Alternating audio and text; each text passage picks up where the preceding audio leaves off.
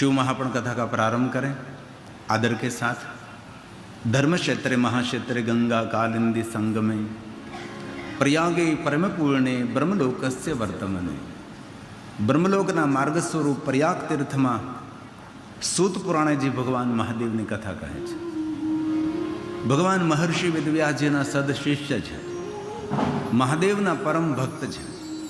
प्रयाग तीर्थ में सूत पुराणे एम कहे हे महात्माओ, जे कोई मनुष्य भगवान महादेव की कथाનું શ્રવણ કરે છે તે મનુષ્ય દર્શનીય છે। આવા પવિત્ર મનુષ્યના દર્શન કરવા માત્રથી આપણને તીર્થયાત્રાનું ફલ પ્રાપ્ત થાય છે। એ મહાત્માઓ, क्या શબ્દોમાં તમારા પુણ્યની હું પ્રશંસા કરી શકું? અનેક જન્મોના પુણ્યના ફલ સ્વરૂપે ભગવાન મહાદેવની કથા સાંભળવાનો અવસર પ્રાપ્ત થાય છે। આદર થકી અને ભાવ થકી ભક્તિ સાથે ભગવાન મહાદેવની કથા શ્રવણ કરવાનો આ પ્રયાસ કરો। हे महात्माओं, भगवानની कथा एक उपासना है, भगवानની कथा एक साधना है। खुली आँखों द्वारा भगवानનું ध्यान, प्रभुना चरित्रों सांभળી सांभળી અને ભગવાનને યાદ કરવાની એક શ્રેષ્ઠ સાધના, એક શ્રેષ્ઠ ઉપાસના એ ભગવાનની કથા છે। હે મહાત્માઓ, ભગવાનની કથા એક શ્રેષ્ઠ વ્રત છે। આ 9 દિવસનું અનુષ્ઠાન છે, 9 દિવસનું વ્રત છે। શબ્દરૂપી પુષ્પ અર્પણ કરવાનો એક અવસર આ ભગવાન મહાદેવની કથા છે। હે મહાત્માઓ, શ્રદ્ધા સાથે ભગવાન મહાદેવની કથાનું જે શ્રવણ કરે છે, ભગવાન મહાદેવજી તેમની કામના, તેની મનોકામના પૂર્ણ કરે છે। મહાત્માઓ, ગઈકાલે આપણે કથાનું દર્શન કરી રહ્યા હતા કે નારદજી બહુ કઠિન તપ કર્યું। નારદજીએ સમાધિ લગાડી અને નારદની સમાધિથી ઇન્દ્રદેવને ડર લાગ્યો કે નારદજી એટલું કઠિન તપ કરે છે અને નારદજી ઉપર જો ભગવાન પ્રસન્ન થશે અને આ નારદજી જો મારું ઇન્દ્રાસન માગી લેશે તો હું શું કરીશ? તેથી આ ઇન્દ્રદેવે પોતાના મિત્ર કામદેવને નારદની સમાધિમાં ભંગ કરવા મોકલ્યા છે। કારણ કે ભક્તિમાં ભંગ કરનારા માણસો આપણા જીવનમાં મળે છે। આપણે જે માર્ગે જતા હોય એ માર્ગમાંથી અટકાવનારા માણસો મળે છે, પણ અવરોધ અને વિરોધને પાર કરીએ ત્યારે કીર્તિ અપરંપાર મળે છે। દરેક ક્ષેત્રમાં, કોઈ પણ ક્ષેત્ર હોય એમાં અવરોધ આવે, વિરોધ આવે, ઘર્ષણ આવે, સંઘર્ષ આવે, બધું જ આવે। એ બધું જ પાર કરતાં કરતાં માણસે ધીમા ડગલા ભરતા ભરતા આગળ વધવું જોઈએ, હરણફાળ ન કરે। કોઈ પહાડને ચડવો હોય તો દોટ મૂકીને પહાડને ન ચડાય। એક પગથિયું ચડતા ચડતા અને પહાડની શોભાને માણતા માણતા પહાડની ટોચ ઉપર પહોંચાય। જીવનમાં પણ એવી જ રીતે આગળ વધાય છે। એક દિવસમાં કોઈ પ્રતિષ્ઠિત ન બની જાય, એક દિવસમાં કોઈ શ્રેષ્ઠી ન બની જાય, એક દિવસમાં કોઈ જ્યેષ્ઠી ન બની જાય, એક દિવસમાં કોઈ ધનપતિ ન બની જાય। તેના માટે ઘણો લાંબો સમય કાપવો પડે છે, ઘણા સમયની રાહ જોવી પડે, ધૈર્ય રાખવું પડે, વાણી વર્તન વ્યવહારમાં સાવધાની રાખવી પડે છે। અને ઇન્દ્રદેવ ઉપર કામદેવ, ઇન્દ્રદેવના કહેવાથી કામદેવ નારદજી ઉપર પ્રયોગ કરે છે, પણ કામદેવતા નિષ્ફળ થયા તેનું કારણ એક હતું, એમાં નારદજીનો કોઈ મહિમા નહીં, પણ જે સ્થાન ઉપર નારદજી બેઠા બેઠા તપ કરતા હતા એ સ્થાન ઉપર બેસીને ભગવાન મહાદેવજીએ તપ કરેલું। એટલે ભગવાન મહાદેવજી એવું વરદાન આપેલું કે આ સ્થાન ઉપર, આ જગ્યા ઉપર બેસીને કોઈ પણ તપ કરશે તેના પર કામનો કોઈ પ્રભાવ નહીં પડે। તેથી કથા સ્થળનો પણ ઘણો મહિમા હોઈ શકે છે। આ શિવ મહાપડ ગ્રંથમાં કહ્યું કે કેવા સ્થાને કથા કરવી? વન મધ્યે, સરિતા તટે, સાગર તટે, તીર્થ મધ્યે, નીરવ શાંતિ હોય, આવી અનેક જગ્યાઓ બતાવી કે આવા સ્થાનોની કથા કરવી। ભગવાનની કથાના સ્થળ માટે પણ વર્ણન શિવ મહાપડ ગ્રંથમાં કર્યું છે। કથાની પૂર્વ તૈયારી કેવી રીતે કરવી એની એનું પણ વર્ણન શિવ મહાપડ ગ્રંથમાં એ યુગના દ્રષ્ટા પ્રમાણે કર્યું છે। પહેલાં કદાચ આવું બધું ન પણ હોઈ શકે। અત્યારે જે કથાના રૂપ, રંગ, કથા જે અપડેટ થઈ છે એવું પહેલાં નહીં હતું। આપણે સૌ જાણીએ છીએ કથા એક અલગ રીતે થતી હતી, અને હવે કથાના રૂપ, રંગ, કથાની વ્યવસ્થા એ બદલી ગયું છે। તો સ્થાનનો ઘણો મહિમા હોય છે। તેથી નારદજી ઉપર કામદેવનો પ્રભાવ ન પડ્યો, કારણ કે એ ભગવાન મહાદેવની તપસ્થલી હતી. આપણે ઘરમાં બેસીને ભગવાનનું ધ્યાન કરતા હોય તેમાંય માનસિકતામાં થોડોક ફરક હોય છે. અને ભગવાન મહાદેવના શિવાલયે દેવાલયે જઈ અને ભગવાનના નામનો જપ તપ ધ્યાન કરી તેમાં પણ માનસિકતામાં થોડોક બદલાવ આવે છે, કારણ કે સ્થાનનો પ્રભાવ પડે છે. રસોડામાં બેઠા બેઠા તમે ધ્યાન કરો, તમારી બેઠક રૂમમાં બેઠા બેઠા ધ્યાન કરો, તેના કરતાં ઘરમાં નાનકડું મંદિર હોય, નાનકડા મંદિરમાં બેસીને ધ્યાન કરો તો સ્વભાવમાં થોડોક બદલાવ આવે છે અને દેખાય છે. વાતાવરણની અસ્થર થાય, સ્થાનનો મહિમા છે.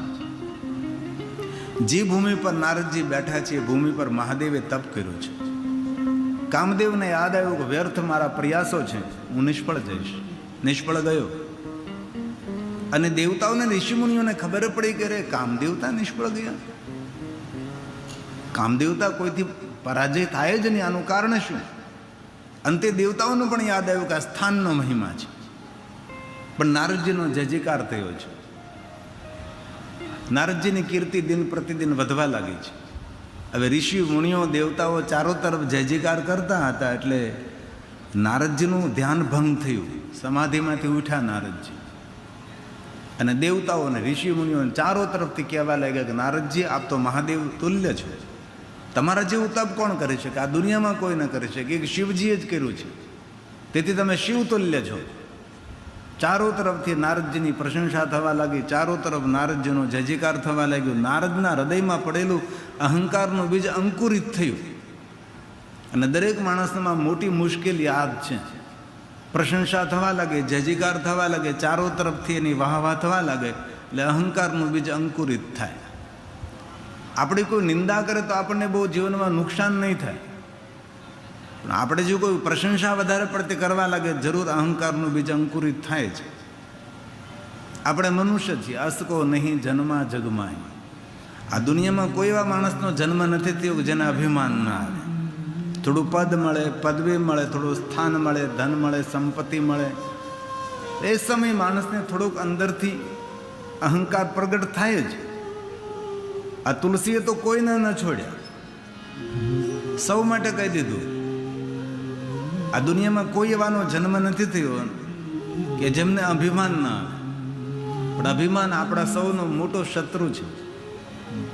આ તુલસીનું વચન છે અને સૌ માટે છે, એક બે વ્યક્તિ માટે નથી. રામચરિતમાનસ હસકો નહીં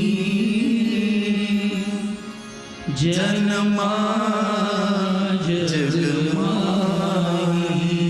તેથી જીવનમાં શત્રુઓથી સાવધાન રહેવું એ જરૂરી છે, પણ ભીતરી શત્રુ અહંકારથી સાવધાન રહેવું એ વધારે જરૂરી છે. આજે મોટા મોટા માણસોને આપણે મળીએ તો કોઈને કોઈ જગ્યાએ થોડું તો દર્શન થાય જ.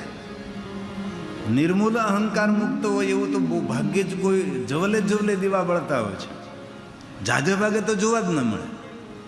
તેથી કથા સાંભળતા આપણે સૌએ સમજવાનું છે કે અભિમાનથી હજારો યોજન દૂર રહેવું.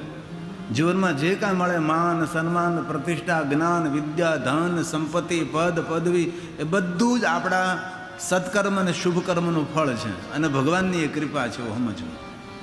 તેથી તુલસીએ કહ્યું હસકો નહીં જન્મા જગમાઈ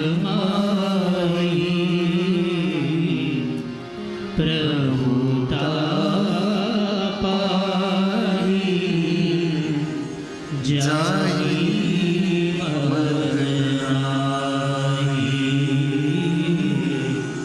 પ્રભુતા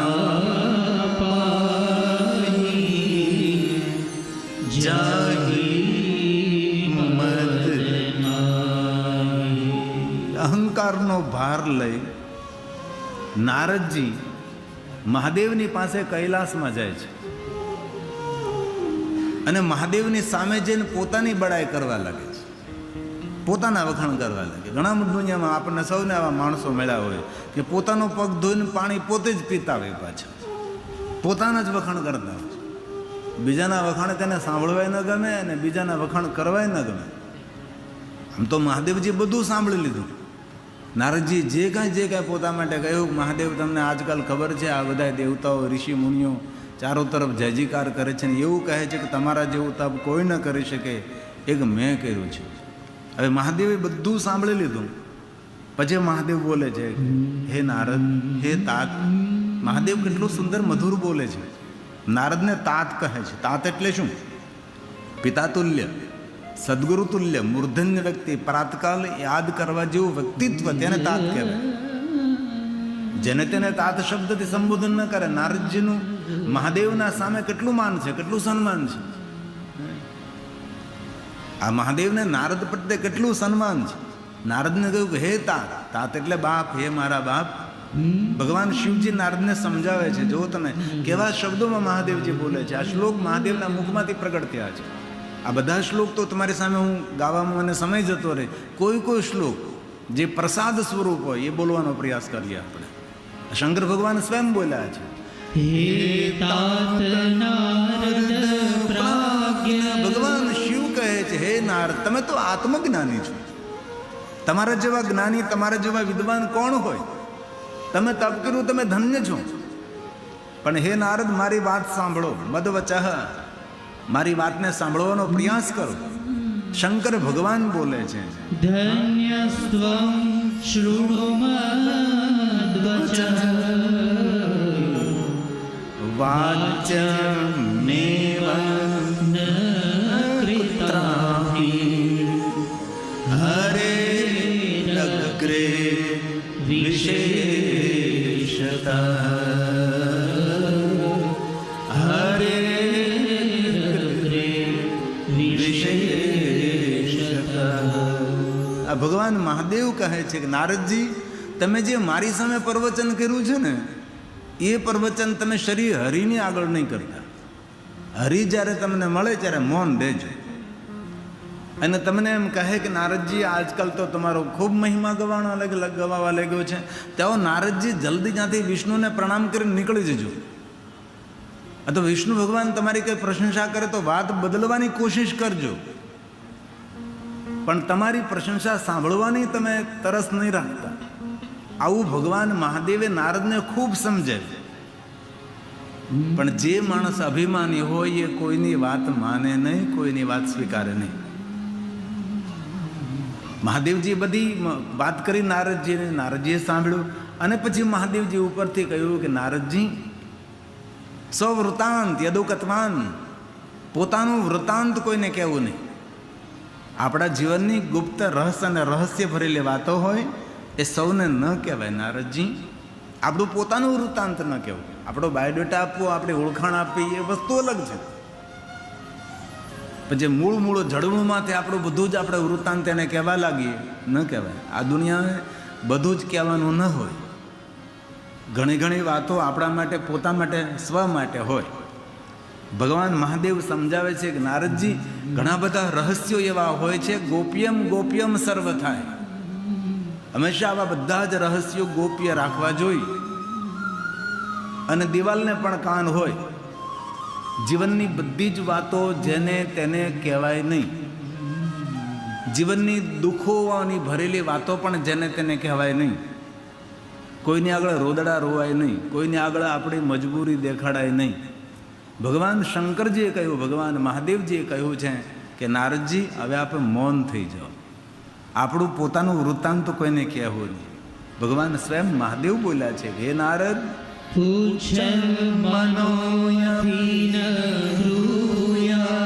મારી સામે તમે જે બોલ્યા છે તે બ્રુહ્યા એટલે બોલવું. સ્વવૃતમ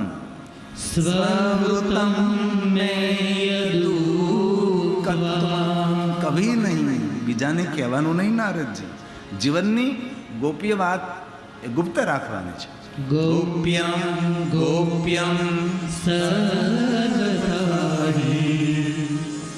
નૈવ કદાચન નૈવ કદાચન. તેથી આ કથામાં તે આપણે શીખવાનું છે કે આપણે પણ આપણા જીવનની જે ગુપ્ત રહસ્ય ભરેલી વાતો હોય એ જેને તેને ન કહેવાય. જીવનમાં કોઈ અડચણ ચાલતી હોય, જીવનમાં કોઈ દુઃખ ચાલતું હોય, તે સમયે જેને તેને કહેવું નહીં. જેવી રીતે સુખ પણ રોજ માટે રહેતું નથી, એમ દુઃખ પણ રોજ માટે રહેતું નથી. રોજ માટે અંધકાર પણ રહેતો નથી, રોજ માટે પ્રકાશ પણ રહેતો નથી. રાત્રિ પણ આવે છે અને દિવસ પણ આવે છે. એક સરખા દિવસ કોઈના આવતા નથી. તેથી આપણા જીવનની રહસ્ય અને રહસ્ય ભરેલી વાતો હોય એ આપણા માટે ગોપ્ય રાખવી જોઈએ. સંપત્તિનું પ્રદર્શન ન કરવું, કાયા અને માયા કોઈને દેખાડવી નહીં. આપણી પાસે ધન સંપત્તિ ભગવાને આપ્યું હોય તો દેખાડવો ન કરો. શરીર કોઈને ન દેખાડવું, જાહેરમાં ખુલ્લા શરીરે સ્નાન ન કરવું. કાયાને માયા દેખાડવાથી આપણી ઉર્જા ઓછી થાય. તેથી શરીર આપણું ઢાંકેલું હોવું જોઈએ. ભગવાન મહાદેવજી નારદજીને ખૂબ સમજાવ્યા છે કે નારદજી ધ્યાન રાખજો, હવે મૌન રહેજો, કારણ કે તમારું તપ પાકી ગયું છે. અને જ્યારે તપસ્યા પરિપક્વ થાય ત્યારે નારદજી મૌન થઈ જવું જોઈએ. વાણીનું મૌન તો સરળ છે નારદજી, પણ વિચારોનું મૌન રાખવું. કારણ કે તપસ્યા જ્યારે પરિપક્વ થાય ત્યારે બોલે એ તો બધું સાકાર થવા લાગે, પણ વિચાર પણ સાકાર થાય. તેથી વાણીનું મૌન તો રાખી શકાય, પણ વિચારોનું મૌન રાખવું એ ઘણું કઠિન છે. અને બે અવસ્થામાં માણસે વિચાર શૂન્ય થઈ જવું, બે અવસ્થામાં માણસે મૌન રહેવું. એક તો જેને તપ પરિપક્વ થાય ત્યારે મૌન થઈ જવું, એક ઉંમર પાકી જાય ત્યારે મૌન થઈ જવું. પછી ઘરના એમ કે દાદા મૂંગા મરો, અને પછી આપણે મૂંગા રહેવું પડે. એના કરતાં પહેલાં આપણી ઉંમર થઈ ગઈ છે તો આપણે સમજી જવાનું કે હવે આપણે મૌન રહેવાનો સમય આવી ગયો છે. અને ભગવાન શિવને મૌન બહુ જ ગમે. ગડપણમાં ઉપવાસ ન કરી શકે તો વાંધો નથી. શિવપુરાણમાં તો એમ કહ્યું કે વૃદ્ધ અવસ્થામાં એકાદશી ન થાય, વૃદ્ધ અવસ્થામાં ત્રયોદશી ન થાય, કોઈ વ્રતના ઉપવાસ ન થઈ શકે, વૃદ્ધ અવસ્થામાં ભૂખા ન રહી શકે. આપણે વૃદ્ધ અવસ્થામાં વધારે મૌન રહેવું. મહાદેવજીને મૌન બહુ જ ગમે. એકવાર માતા ભવાની પાર્વતીએ પૂછ્યું કે મહાદેવજી તમને કયું વ્રત વહાલું છે? તો કે જે મૂંગા રહે ને એ મૌન રહે એ વ્રત મહાદેવને બહુ જ ગમે. પણ માણસનો સ્વભાવ છે, માણસ મૌન રહેતો જ નથી. જાગતો હોય તો પણ બોલે ને, ઘણા તો ઊંઘમાં આખી રાત બડબડાટ કરે. એ તો પ્રભુએ કૃપા કરી છે કે જે મૃત્યુ પામે પછી બોલી શકતો નથી, નકર બોલતો બોલતો શમશાને જાય. એટલે ધીરે ધીરે હાલજો ભાઈ, ધીમે બાંધજો મને, હો ભાઈ, સળગાવો ત્યારે થોડુંક ધીમેકથી સળગાવજો, આ તો સારું છે, બોલી શકતો નથી. તેથી ભગવાનને અતિ પ્રિય છે મૌન. મૌન રહેવાથી આંતરિક ઉર્જામાં વૃદ્ધિ થાય, મૌન રહેવાથી યાદશક્તિ વધે, મૌન રહેવાથી આયુષ્યમાં વૃદ્ધિ થાય, મૌન રહેવાથી કલેશમાંથી મુક્તિ મળે, મૌન રહેવાથી કોઈ સાથે મન દુઃખ ન થાય. તેથી 5 શબ્દોમાં વાત પૂરી થતી હોય તો 6ઠ્ઠા શબ્દોનો પ્રયોગ કરવો ન જોઈએ. ઓછું બોલો એ હંમેશા મોટો સદગુણ છે. સારું બોલો, વિચારીને બોલો અને મધુર બોલો, એ જીવનનો શ્રેષ્ઠ સદગુણ કહેવાય. ભગવાન મહાદેવજીએ સમજાવ્યા છે નારદજીને, નારદજી કોઈને આગળ તમારું વૃત્તાંત હવે કહેશો ને, હવે મૌન થઈ જાવ, કારણ કે તમારું તપ પરિપક્વ થયું, તમારી એટલી મોટી પ્રતિષ્ઠા છે. અને પ્રતિષ્ઠામાં કોઈ જગ્યાએ તમે જો બોલવામાં ભૂલ કરશો તો પ્રતિષ્ઠા કલંકિત થશે. અને બોલવાનો વિષય એટલે તલવારની ધાર ઉપર ચાલવાનો વિષય છે. આપણે 1000 શબ્દો સારા બોલીએ, પણ એક શબ્દ જો ખોટો બોલાઈ ગયો તો વિવાદમાં પડી જઈએ આપણે. તેથી દરેક માણસે બોલવામાં ખૂબ સાવધાની રાખવી જોઈએ. એક શબ્દ બોલતા પહેલાં 2 વાર વિચાર કરવો જોઈએ કે વાણી એ વ્યવહારનો આધાર છે. હવે મહાદેવજીએ નારદને ઘણું સમજાવ્યું કે તમે વિષ્ણુની સામે તો જતા જ નહીં, વિષ્ણુને તો આ વાત કરશો જ નહીં. અરે અગ્રે વિશેષ કરીને કહું છું, વિષ્ણુ ભગવાનની સામે તમે તમારી પ્રશંસા નથી કરવાની, નથી સાંભળવાની. હવે મહાદેવે જેની પાસે જવાની ના પડી એની પાસે જ નારદજી પહોંચ્યા, કારણ કે અહંકાર ને માણસને શાંતિથી હખે બેવા જ ન દે. હવે નારદજી ભગવાન વિષ્ણુની સામે ગયા છે અને વિષ્ણુ ભગવાને નારદજીને ખૂબ આવકાર આપ્યો છે. અને વિષ્ણુ ભગવાને સામેથી કહ્યું કે નારદજી અહો ભાગ્ય છે, આપ જેવા સંતોના દર્શન કરવાથી તીર્થોમ તું તવા ગમાત. આપ જેવા મહાપુરુષોનું દર્શન કરવાથી તીર્થ જવાનું ફળ પ્રાપ્ત થાય. આપ જેવા સંતોનું દર્શન કર્યું તો અમારું કલ્યાણ થાય. નારદની સામે ભગવાન વિષ્ણુજી નારદજીની પ્રશંસા કરવા લાગ્યા, જે ભગવાન મહાદેવે ના પાડે તે સાંભળવાની. અને મહાપુરુષો કહે, સાધુ સંતો કહે, ધર્મગ્રંથો કહે, અને આપણા વડીલો જે કહે એ આપણે જો માન્ય ન રાખીએ તો નારદજી જેવું જીવનમાં થાય. નારદજીએ પણ ખૂબ સારું લાગ્યું. નારદજીને અહંકારી માણસોને પ્રશંસા બહુ વાલી લાગે. અભિમાનને ઓળખવું હોય તે આપણને પ્રશંસા ગમે તો સમજવાનું આપણે અભિમાની છીએ. તેથી પ્રશંસા સાંભળવાની ભૂખ નહીં હારે. ભગવાન વિષ્ણુ કહે છે, નારદજી આપ ધન્ય છો, આપના દર્શનથી અમારું કલ્યાણ થયું. આપ જેવું તાપ કોણ કરી શકે? તમારા જેવી સાધના કોણ કરી શકે? આપ તો શિવ તુલ્ય છે. અને ભગવાન વિષ્ણુ બોલે છે, અને આ શ્લોક શ્રી નારાયણ બોલ્યા છે, અને નારદજીને કહે છે, કૃતમ આગમનતે તાત. ભગવાન વિષ્ણુએ પણ તાત કહ્યું. જેવી રીતે મહાદેવજી નારદને તાત કહ્યા, એવી રીતે વિષ્ણુ ભગવાને પણ નારદજીને તાત કહે. તાત એટલે કેટલું મોટું સન્માન, જેને તેને ન કહેવાય. વિષ્ણુ સ્વયં બોલે છે, કૃતમ આગમ્યતે તાત કિમર્થમિહ જાગતઃ.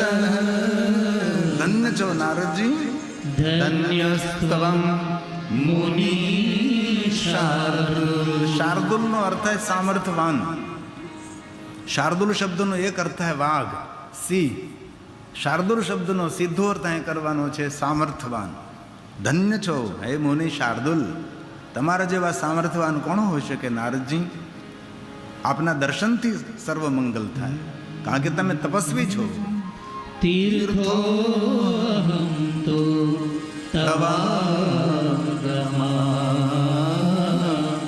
તીર્થોહમ તો તવા. આપ જેવા સાધુઓનો દર્શન કરવાથી તીર્થમાં જવાનું ફળ પ્રાપ્ત થાય. આવું ભગવાન વિષ્ણુજી બોલ્યા છે. અને વિષ્ણુ ભગવાનના મધુર વાક્યો સાંભળતા નારદજીના અહંકારમાં વધારો થયો. નારદો ગર્વિતો મુને. એક તો નારદજી અભિમાની હતા, એમાં ભગવાન વિષ્ણુએ આમ એકદમ ઉદારતાપૂર્વક નારદજીની ખૂબ પ્રશંસા કરી. એટલે નારદો ગર્વિતો મુને, નારદના ગર્વમાં વધારો થયો છે. વિષ્ણુ વાક્ય મિતિ શુત્વા, વિષ્ણુ ભગવાનના મધુર વાક્યો સાંભળતા નારદજી વધારે અભિમાની બન્યા. અને 10,000 શત્રુઓ આપણો અહિત ન કરી શકે, એ આપણું અભિમાન આપણું અહિત કરી શકે છે. અને ભગવાન વ્યાસ બોલે, સૂત પુરાણે પ્રયાગ તીર્થમાં બોલે છે, મહાત્માઓ સાંભળો, વિષ્ણુ વાક્ય મિતિ શ્રુત્વા નારદો ગર્વિતો. નારદના ગર્વમાં વધારો થયો. કેમ? પોતાનો વૃતાંત સાંભળતા. સ્વવૃતમ સર્વમાચષ્ટ સમદમ મદ મોહિતમ, સમદમ મદ મોહિતમ. નારદનું અભિમાન જોઈને ભગવાન વિષ્ણુ મહાદેવને યાદ કરવા લાગ્યા. બીજાની ભૂલ જોઈને આપણી ભૂલને આપણે સુધારી લેવી, એ બુદ્ધિમત્તા કહેવાય છે. અને આપણી ભૂલને આપણે સહજતાથી સ્વીકાર લેવી, એને સદગુણ કહેવાય. ઘણા માણસો પોતાની ભૂલને સ્વીકારે જ નહીં. અહીંયા ભગવાન વિષ્ણુજી સ્વયં નારદજી જે અભિમાન કરી રહ્યા છે, અહંકાર કરી રહ્યા છે, એ અભિમાન જોઈને સ્વયં ભગવાન વિષ્ણુજી મહાદેવને કહેવા લાગે છે, ધન્ય છે મહાદેવ આપની માયા, કેટલી પ્રબલ છે, નારદજીને પણ ન છોડે. તમારી માયાથી અમારી રક્ષા કરજો ભગવાન. નારદજી જેવો સાધુ, નારદ જેવો તપસ્વી આ જે અભિમાનનો ભાર લઈને ફરે છે, પ્રભુ અભિમાનથી મારી રક્ષા કરજો. આ વિષ્ણુ ભગવાને મહાદેવની સ્તુતિ કરી. નારદજીનું વર્તન જોઈને ભગવાન મહાદેવ કહે છે, મારી રક્ષા કરજો ભગવાન, અભિમાનથી મારી રક્ષા કરજો. સ્વયં ભગવાન વિષ્ણુ બોલ્યા છે, એ મહાદેવ દેવ દેવ મહાદેવ. આ ભગવાનના વચનો છે. જે હું તમારી સામે જ્યારે શ્લોક બોલું છું, ભગવાનના વચનો કહેવાય. આખો શિવ મહાપણ સંસ્કૃત શ્લોકમાં છે, પણ બધા આપણે ન ગાઈએ, તેને સમજવાનો પ્રયાસ કરીએ. પણ ભગવાને જે બોલાય, ભગવાન જે ગાય છે, એ તો આપણે બોલવું પડે. તેથી ભગવાન વિષ્ણુજી મહાદેવની સ્તુતિ કરે છે, અને મહાદેવને કહે છે, ભગવાન મારી રક્ષા કરજો. દેવ દેવ મહાદેવ પ્રસિદ્ધ પરમેશ્વર ધન્યસ્ત્વં શિવ ધન્ય તે માયા સર્વ વિમોહિતા માયા સર્વ વિમોહિતા. ભગવાન મહાદેવ આપની માયા આ દુનિયામાં કોઈને છોડે જ નહીં, એવી ભગવાન તમારી માયા છે. નારદજીએ કેટલો મોટો તપ કર્યો, દેવતાઓ ઋષિમુનિઓ જેનો જય જયકાર કરે, અને નારદજી અભિમાનનો ભાર લઈને ફરે છે. ભગવાન આપની માયા બહુ પ્રબલ છે. પ્રયાગ તીર્થમાં જે કથા સાંભળી રહેલા શૈનકાદી મહાત્માઓ છે, સુદ પુરાણને કહે છે કે સુદ પુરાણજી નારદજી આટલા મોટા સંત, મહાદેવ જેમને પ્રણામ કરે, વિષ્ણુ સ્વયં જેમને પ્રણામ કરે છે. ભગવાન સ્વયં શિવ નારદને કહે કે હે તાત, ભગવાન વિષ્ણુજી નારદજીને હે તાત, આટલું સન્માન મળે છે, નારદજી અભિમાન કરે. અદ્ભુત કથા છે. હે સુત પુરાણજી, તમે ભગવાન મહર્ષિ વેદવ્યાસજીના શિષ્ય છો. વ્યાસ શિષ્ય નમોસ્તુ તે, અમે તમને પ્રણામ કરીએ છીએ. અદ્ભુત કથા. નારદજી અભિમાની બને કેવી રીતના આપણે સાંભળેલી, કેવી રીતે સમજી શકીએ આપણે? અદ્ભુત વર્ણન કથા કરું, જલ્દી જલ્દી સંભળાવો. હે સૂત, હે સૂત, સૂત સૂત મહાભાગ, હે મહાભાગ્યવાન, હે સુત પુરાણજી, વ્યાસ શિષ્ય નમોસ્તુતે. પગે લાગુ છું તમને. અદ્ભુતેયમ કથા, હે સુત પુરાણજી, વર્ણન કરું. વર્ણિત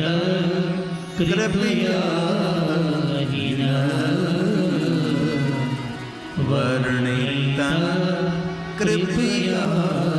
આ બધી જ કથાઓ પુણ્ય આપનારે છે. એક એક શ્લોક આપણને પુણ્ય આપે છે. આ ભગવાનના બોલાયેલા છે. ભગવાન વિષ્ણુને પ્રણામ કરીને અભિમાનનો ભાર લઈને નારદજી યાત્રા માટે નીકળે છે. માર્ગમાં જતા હતા અને પ્રભુએ માયામાં વૃદ્ધિ કરી. માર્ગમાં જતા હતા એક માયા નિર્મિત નગર જોયું. માયાથી બનેલું નગર છે. નગરમાં પ્રવેશ કર્યો છે. શિલનિધિ નામનો રાજા, એમની પુત્રી વિશ્વને મોહિત કરનારી વિશ્વ મોહિની. રાજાએ નારદજીનું ખૂબ મોટું સન્માન કર્યું, આદર કર્યો છે. અને શિલનિધિએ કહ્યું કે તમે આવ્યા જ છો નારદજી, તો પછી મારી દીકરી યુવાન છે, વિશ્વમોહિની છે, એની હસ્તરેખાઓ જોઈ દો કે તેને પતિ કેવો મળે છે. બાપને મોટી ચિંતા દીકરીને જોઈએ કે તેને પતિ કેવો મળે. જીવનની મોટામાં મોટી વિડંબણા આ હોય છે, સારું ઠેકાણું મળે મારી દીકરીને. તેથી શિલનિધિ પણ એવું જ કહ્યું.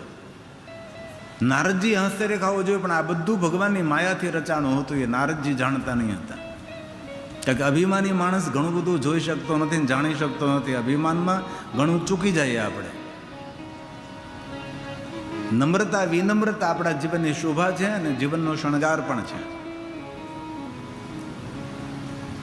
એટલે નારદજી આમ જોયું હસ્તરેખાઓમાં, તો ભગવાન વિષ્ણુમાં જે જે ગુણો લખ્યા છે એ બધા ગુણો વિશ્વમોહિનીની હસ્તરેખાઓમાં લખેલા હતા. આ તો વિશ્વને મોહિત કરનારી, એટલે નારદજીને કેમ છોડી શકે? નારદજી મોહિત થયા. આખા વિશ્વમાં એકને છોડે વિશ્વમોહિની, એના પિતા જેનું નામ શિલનિધિ છે. ભગવાનની માયા કોને સ્પર્શ ન કરે? જે શીલવાન છે. આપણને સૌને ખબર છે, આપણું દેહાંતી ભજન છે માતા ગંગા છે તેનું, કે શીલવંત સાધુને વારે વારે નમીએ. સાધુને નહીં, શીલવાન જે પુરુષો છે, જેનામાં સમજણ છે, એનાથી માયા દૂર રહે છે. તેથી સાધુઓને પ્રણામ નહીં, પણ શીલવંત સાધુને એકવાર નહીં, વારંવાર પગે લાગે.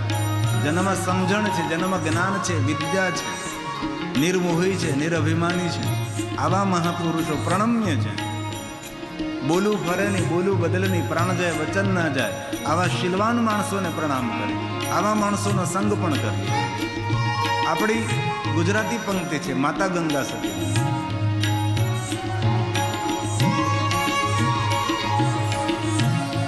શીલવંત સાધુને વારે વારે નમીએ પાનવા, બદલે નહીં વર્તમાન.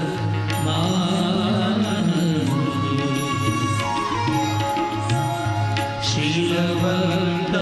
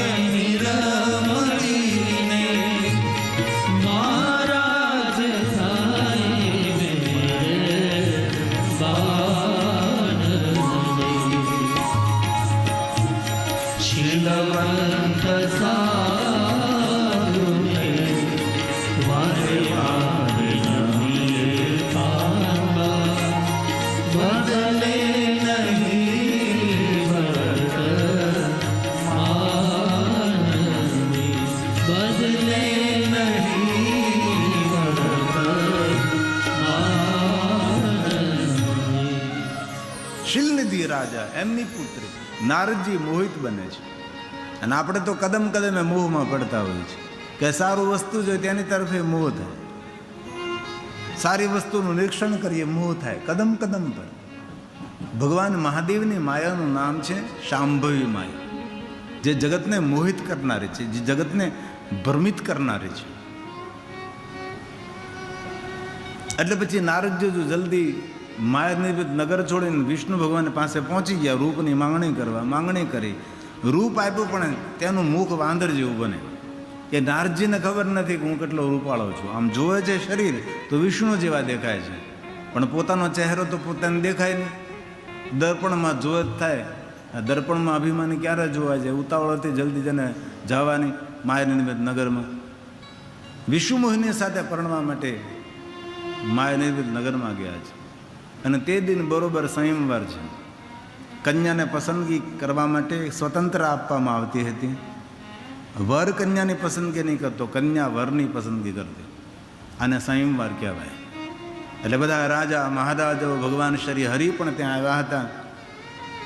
નારદજીને એવું હતું કે આ વિષ્ણુ મોહિની પુષ્પમાળા મને અર્પણ કરશે, પણ એવું કાંઈ થયું નહીં. ભગવાન વિષ્ણુજીને પુષ્પમાળા અર્પણ કરી, કારણ કે ભગવાનની માયા છે, ભગવાનને જ વરે. નારદજી નારાજ થયા કે આવું કેમ થયું? અને એ સમયે બાજુમાં બેઠેલા મહાદેવના ગણ છે, અને શિવજી જ મોકલ્યા હતા કે નારદજીનું ધ્યાન રાખજો, કારણ કે નારદજી સંત પણ છે, સાધુ પણ છે, પણ નારદજીનો રોગ લાગુ પડ્યો છે અભિમાનનો. તેથી અભિમાની વ્યક્તિ ક્યારે નીચે પડે તેનું ધ્યાન રાખજો. એટલે મહાદેવના ગણોએ મહાદેવને જ મોકલ્યા હતા, મહાદેવે જ મોકલ્યા હતા. એટલે સ્વાભાવિક કહ્યું પેલા ગણોએ કે નારદજી તમારો ચહેરો જરા પાણીમાં જોવો ને, તલ્લી પશુ તલાવડીમાં જોવો એમ.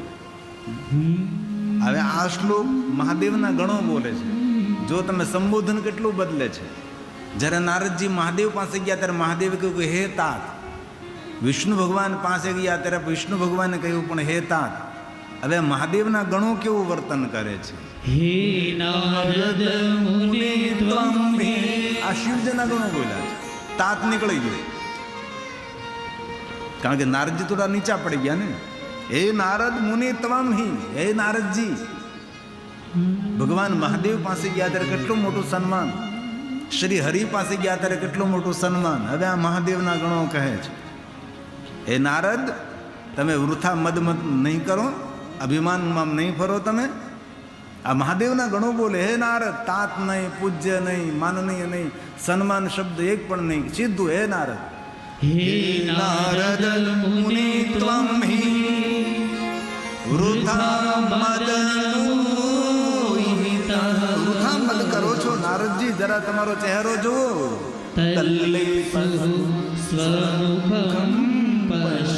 તમારું મુખ તલાવડીમાં જુઓ.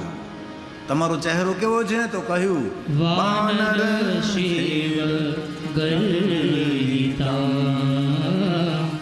વાનર શિવ ગર્હિતા. તમારું મુખ વાંદર જેવું છે.